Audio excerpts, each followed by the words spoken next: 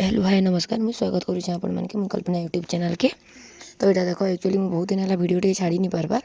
तो यहाँ मुझे मैंने भुवनेश्वर नु आमर घर आसबार था मत देख यहाँ मुझे मैनचेस्टर स्टेशन पर रात सकालू सकालू कि बहुत जोर ठंडा लगुला।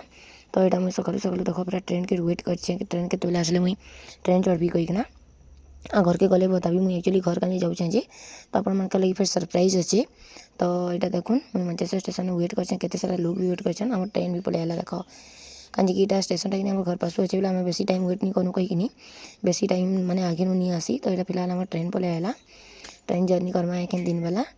तो पूरा ठंडा तो बहुत आंटे लगुला यहाँ मोर माने मुझे जाने चढ़ी कि मोर बगी बगी भी पलि आसला यहाँ। तो ठेला पेला होगी ट्रेन में चढ़वाटा भल नुह ये जे चढ़ुन चढ़ी दौचे मुई तार चढ़मी आउ एकला मुझे एकला जाऊे आउ मिस्टर नहीं जीवार मोर सांगे ड्यूटी अच्छी। तो देखो यहाँ चढ़ीगली मुझे ट्रेन रे एकला।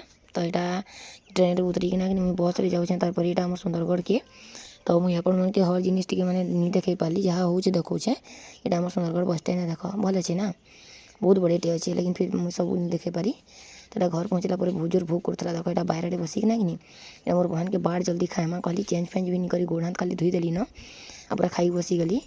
तो घर खाना गोटे अलग मजा थी निजे निजे रांधि खाना खावाटा गोटे अलग है।